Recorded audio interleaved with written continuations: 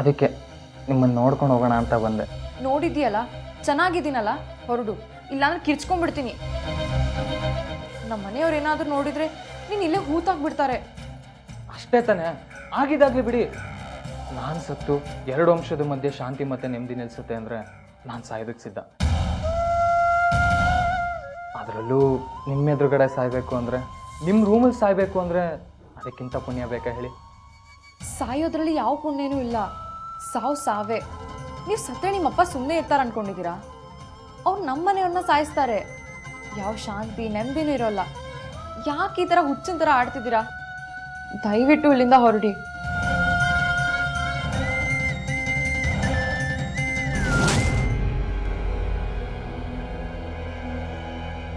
ನಾನು ಹೋಗಿ ಪ್ರೀತಿನ ಮಾತಾಡ್ಸ್ಕೊಂಬರ್ಬೋದಾ? ಅದಕ್ಕೇನಂತೆ?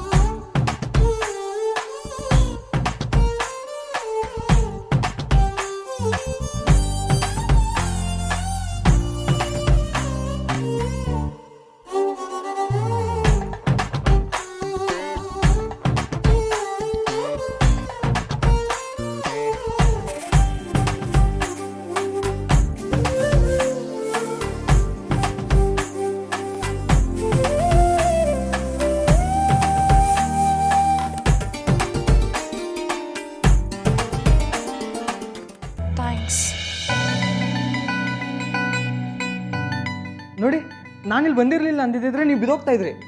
ಆವಾಗ ನಿಮ್ಮನ್ನು ಯಾರು ಹಿಡ್ಕೊಳ್ಳೋರು ಹೇಳಿ? ಸೊ ನಾನು ಬಂದಿದ್ದು ಒಳ್ಳೇದಾಯಿತು ಅಲ್ವಾ? ನಿಮ್ಮಿಂದನೇ ನಾನು ಬಿದ್ದಿದ್ದು. ನೀವು ಬರದೇ ಇದ್ದಿದ್ರೆ ಇಷ್ಟೆಲ್ಲ ಆಗ್ತಿರ್ಲಿಲ್ಲ. ನೋಡಿ, ತಮಾಷೆ ಮಾಡಬೇಡಿ. ಬೆಂಕಿ ಜೊತೆ ಆಟ ಆಡ್ತಿದ್ದೀರಾ. ನಮ್ಮ ಮನೆಯವ್ರಿಗೆ ಏನಾದರೂ ಗೊತ್ತಾದರೆ ಸುಟ್ಟೋಗ್ತೀರಾ. ದಯವಿಟ್ಟು ಇಲ್ಲಿಂದ ಹೊರಡಿ. ನಿಮ್ಗದು ಬೆಂಕಿ ಅನ್ನಿಸ್ಬೋದು, ನನಗದು ಬೆಚ್ಚಗಾಗತ್ತೆ. ಒಂದು ಚಿಟ್ಟೆ ಅದು ಬೆಂಕಿ ಅದ್ರ ಹತ್ರ ಹೋಗಬಾರ್ದು ಅಂತ ಗೊತ್ತಿದ್ರೂ ಹೋಗುತ್ತೆ. ತಾನು ಹೋದ್ರೆ ತನ್ನ ರೆಕ್ಕೆ ಸುಡುತ್ತೆ, ತಾನು ಸತ್ತೋಗ್ತೀನಿ ಅಂತ ಗೊತ್ತಿರೋ ಅದು ಹೋಗುತ್ತೆ. ಯಾಕೆ ಹೇಳಿ? ಪ್ರೀತಿಗಿರೋ ಶಕ್ತಿ ರೀ ಅದು. ಪ್ರೀತಿಯವರೇ, ನಿಮ್ಮ ಪ್ರೀತಿ ಅನ್ನೋ ಬೆಂಕಿಲಿ ನಾನು ಚಿಟ್ಟೆ ಹಾಕಿ ಸತ್ರು ನಂಗೆ ಬೇಜಾರಿಲ್ಲ ರೀ. ನಿಮ್ಮ ಪ್ರೀತಿಲೇ ನನ್ನ ಮೋಕ್ಷ ಸಿಗೋದು. I love you ಪ್ರೀತಿಯವರೇ.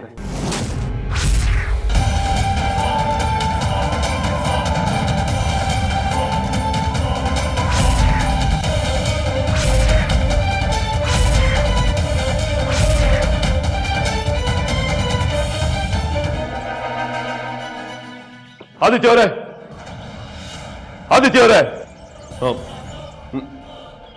ಏನಾಯ್ತು ನಿನ್ನ? ನನಗೆ ಅವಮಾನ ಮಾಡಬೇಕು ಅಂತಾನೆ ನಿಮ್ಮ ಮನೆ ಕರ್ಸಿದ್ದೀರಾ? ಯಾಕಳಿ ಅಂದ್ರೆ ಏನಾಯ್ತು? ಇನ್ನೇನಾಗಬೇಕು? ನನಗೆ ಯಾರು ಇಲ್ಲಿವರೆಗೂ ಈ ರೀತಿ ಅವಮಾನ ಮಾಡಿಲ್ಲ.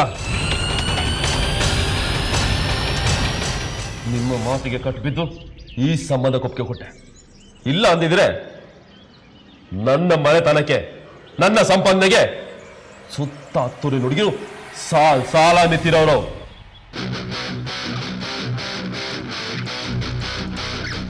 ನನಗೆ ಯಾವ ದರ್ದು ಇಲ್ಲ ನಿಮ್ಮ ಮಗಳನ್ನ ಮದುವೆ ಆಗೋದಕ್ಕೆ.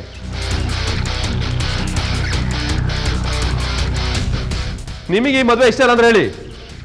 ನಾನು ಒಂದ್ಸರಿ ಬೆನ್ನಾಕಿ ಹೊರಗೆ ಹೋದೆ ಅಂದ್ರೆ ಮತ್ತೆ ವಸ್ತು ದಾಟಿ ಒಳಗೆ ಬರಲ್ಲ. ಅಯ್ಯೋ, ಯಾಕಳಿ ಅಂದ್ರೆ ಬಿಡ್ತು ಅನ್ನಿ, ಇದು ನಿಮ್ದೇ ಮನೆ. ಯಾಕಿಂತ ಅಪಶಕ್ನದ್ ಮಾತಾಡ್ತೀರಾ? ನಮ್ಮ ಹುಡುಗಿ ನಿಮ್ನ ಮದ್ವೆ ಆಗ್ಬೇಕಂದ್ರೆ ಅದೃಷ್ಟ ಮಾಡಿದ್ಲು. ಯಾಕಳಿ ಅಂದ್ರೆ ಯಾರಾದ್ರೂ ಏನಾದ್ರು ಅಂದ್ರ?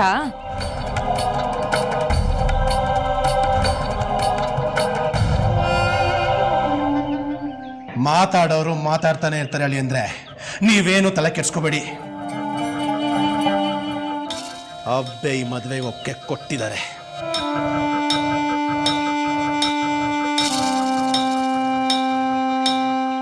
ಅಮ್ಮ ಅಮ್ಮ, ಆ ಮನುಷ್ಯ ಕೆಟ್ಟೋನಂತೆ, ಹಾಗಂತ ಅಕ್ಕ ಹೇಳ್ತಿದ್ರು.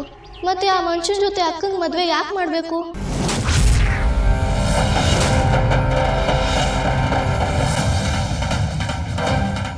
ಅಮ್ಮ, ಅಕ್ಕಂಗಿನ್ನ 18 ವರ್ಷ ತುಂಬಿಲ್ಲ ಅಲ್ವಾ?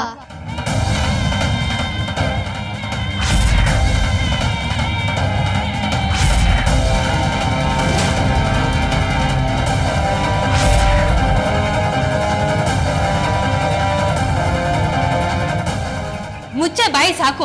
ಬಂದ್ಬಿಟ್ಲು ಮಹಾರಾಣಿ ಮಾತಾಡೋದಿಕ್ಕೆ. ಇಷ್ಟು ದಿನ ಅಕ್ಕ ತಮ್ಮಂದಾಯ್ತು, ಈಗ ನೀನ್ ಬಾಲ ಬಿಚ್ತಿದ್ಯಾ? ಅದೇನೋ ಅಂತಾರಲ್ಲ, ಹಿರಿ ಅಕ್ಕನ್ ಚಾಳಿ ಮನೆ ಮಂದಿಗೆಲ್ಲ ಅಂತ. ಮನೆಗೆ ಬಂದವ್ರ ಹತ್ರ ಹೇಗೆ ಮಾತಾಡಬೇಕು ಅಂತ ಗೊತ್ತಿಲ್ವಾ? ಈಗ ಬಂದಿರೋದು ಈ ಮನೆ ಭಾವಿ ಅಳಿಯಂದ್ರು. ಏನು ಅನ್ಕೋಬೇಕು ಅವರು?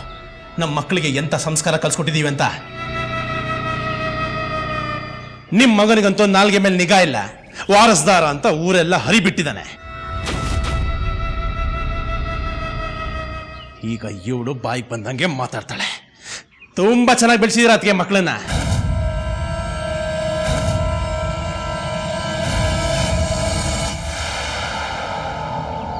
ಅಮ್ಮ, ಇದೇನಾ ನಾನು ನಿಂಗೆ ಹೇಳ್ಕೊಟ್ಟಿರೋದು?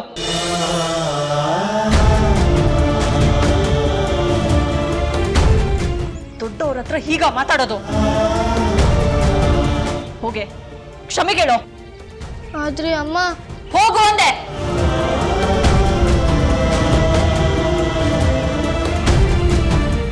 ತಪ್ಪಾಯ್ತು.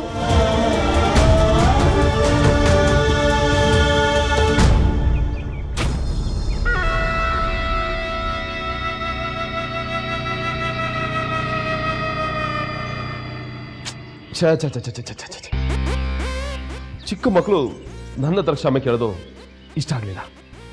ನಾನು ಅಷ್ಟು ದೊಡ್ಡ ಕಡ್ಕನೂ ಅಲ್ಲ.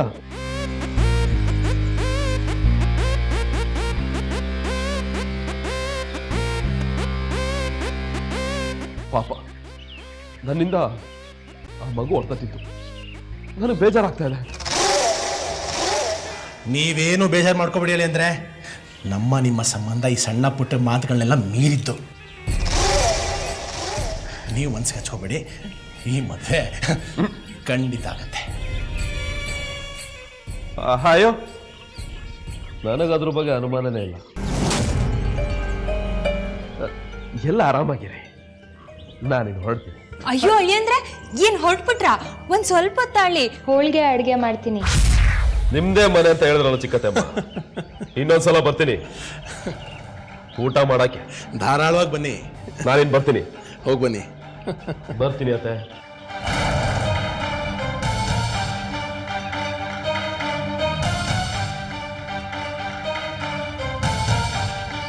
ಅದಕ್ಕೆ ಬಹಳ ಪ್ರಯತ್ನ ಪಡ್ತಾ ಇದ್ದೀರಾ ಈ ಮದುವೆನ ನಿಲ್ಲಿಸೋದಿಕ್ಕೆ. ಆದರೆ ಒಂದು ಮಾತನ್ನ ನೆನ್ಪಿಟ್ಕೊಳ್ಳಿ, ಈ ಮದುವೆ ನಡೆದೇ ನಡೆಯುತ್ತೆ.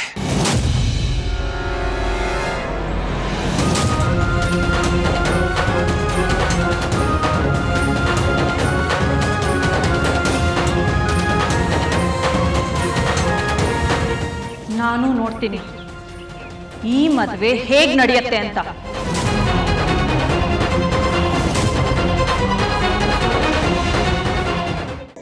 ಈಗ ಎಲ್ಲ ಆಯಿತು. ಗಂಡಿನ ಕಡೆಯವರು ಹೆಣ್ಣಿನ ಕಡೆಯವರು ತಾಂಬೂಲ ಬದಲಾಯಿಸ್ಕೊಳ್ಳಿ.